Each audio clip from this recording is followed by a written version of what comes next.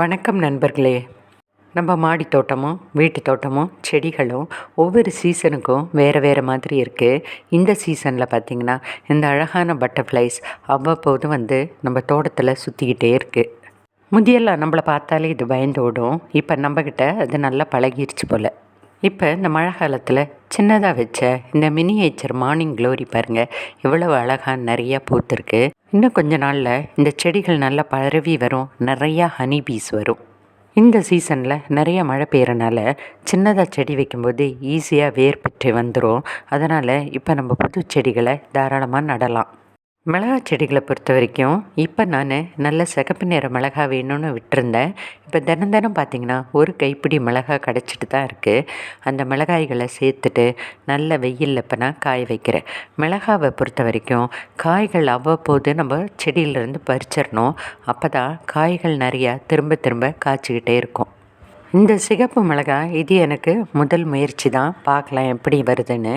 இந்த சீசனில் அடுத்தது நல்லா வளரக்கூடியது இந்த தூதுவளை. பார்த்திங்கன்னா ரொம்ப உயரமாக வருதுன்னு வெட்டி விட்டுட்டேன். விதின் வீக் பார்த்திங்கன்னா அடித்த மழைக்கு நல்ல கிளைகளும் வந்துருந்தது, ஒரு பூ பூத்தது. அடுத்த சில நாட்களில் 2, 3ன்னு சொல்லி நிறைய பூக்கள் வருது. இந்த பூக்களெல்லாம் சீக்கிரமாக காயாக மாறி விதையாக மாறும். அதுக்காக இந்த சீசனில் இதை நம்ம நல்லா வளர்த்து விதைகளை சேகரித்து வைத்து கொண்டா இது தெரியும் உங்களுக்கு தூதுவளை எவ்வளவு தேவையான ஒரு செடி என்று. குளிர்கால காய்களில் கேப்சிகமும் முக்கியமானது. 4-5 விதை போட்டதில் ஒரே ஒரு செடி வந்தது. அதை வருமோ என்னமோன்ற ஒரு டவுட்டில் தான் அதை டிரான்ஸ்பிளான்ட் பண்ணி வைத்தேன். ஆனால் பார்த்திங்கன்னா நிறைய காய்கள் இந்த தடவை வந்தது. எப்பொழுதும் 1 or 2 தான் காய்கள் வரும். ஆனால் இந்த தடவை பார்த்திங்கன்னா காய்கள் கொஞ்சம் சின்னதாக தான் இருக்குது. ஆனால் நிறைய கேப்சிகம் வந்திருக்கு. பார்க்கலாம் எவ்வளோ பெருசாகும்னு சொல்லிட்டு. இது உண்மையாகவே ஒரு சந்தோஷமான செயல். அந்தந்த சீசனில் நம்ம ஊரில் என்ன ஈஸியாக வளருதோ அப்படிப்பட்ட செடிகளை வளர்த்தோம்னா டென்ஷன் இல்லாமல் அழகாக வளர்த்துட்டே போகலாம்.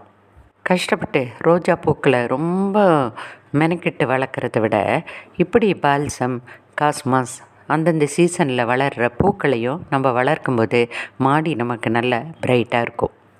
தக்காளி செடின்னு பார்த்திங்கன்னா நிறைய தக்காளிகள் அங்கங்கே முளைக்குது தான்.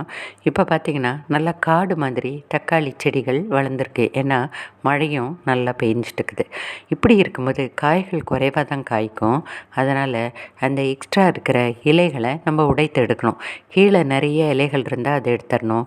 அதே போல் தண்டுக்கும் இலைக்கும் இடையில அந்த சக்கஸ் என்று சொல்லப்படுகிற அந்த பிரான்ச்சஸையும் நம்ம உடைத்து எடுக்கணும். அப்படியெல்லாம் எடுத்துட்டோம் மேலே மட்டும் ஃபியூ லீவ்ஸ் வச்சோம்னா காய்கள் நிறையா தக்காளியில் காய்க்கும்.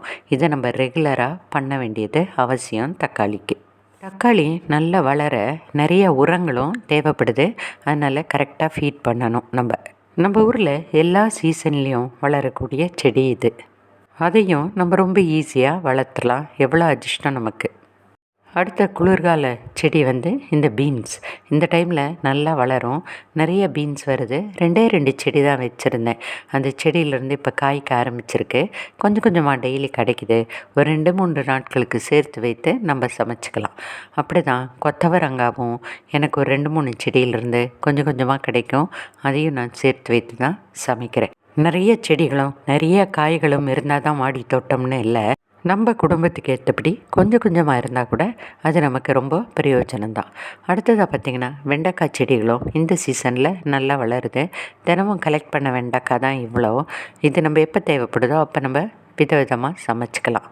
ஒரு செடியோ 2 செடியோ நம்ம தேவைக்கேற்ப வைக்கும்போது இப்படி கொஞ்சம் கொஞ்சமாக கலெக்ட் பண்ணுறது கூட நமக்கு அவ்வளோ ஒரு மன நிறைவை கொடுக்குது. இதுவும் மாடி தோட்டத்தில் தினமும் செய்ய வேண்டிய வேலை. அடுத்தது இந்த அவுரி செடி பார்த்திங்கன்னா நல்ல விசிறியை போல் இப்போ படர்ந்தே வந்துருச்சு. அடுத்தது இந்த முருங்கை செடி நிறைய பூக்கள் கொத்து கொத்தாக பூத்ததை நான் வீடியோ போட்டிருந்தேன். ஆனால் அடித்த மழையிலையும் காற்றுலையும் எல்லா பூக்களும் உதிர்ந்து ஒரு சில காய்கள் வந்திருக்கு. அப்போவும் பார்த்திங்கன்னா குறைச்சலான காய்கள் இல்லை, நிறையாவே காய்கள் இப்போ காய்ச்சிருக்கு. இன்னும் அது நல்லா முற்றுறதுக்காக நம்ம வெயிட் பண்ணணும். கொஞ்சம் உரங்களும் போடணும். இதை நல்லா நம்ம தண்ணீர் ஊற்றி பாதுகாக்கணும். பொதுவாக செடிகளை வைக்கும்போது பெரிய தொட்டியோ சின்ன தொட்டியோ நம்ம இஷ்டப்படி வைக்கலாம் தான். ஆனால் பெரிய தொட்டிகளில் நம்ம இந்த பூ தொட்டிகளெல்லாம் வைக்கும்போது பார்த்திங்கன்னா எவ்வளவு பூக்கள் நிறையா அடர்த்தியாக பூக்கும்.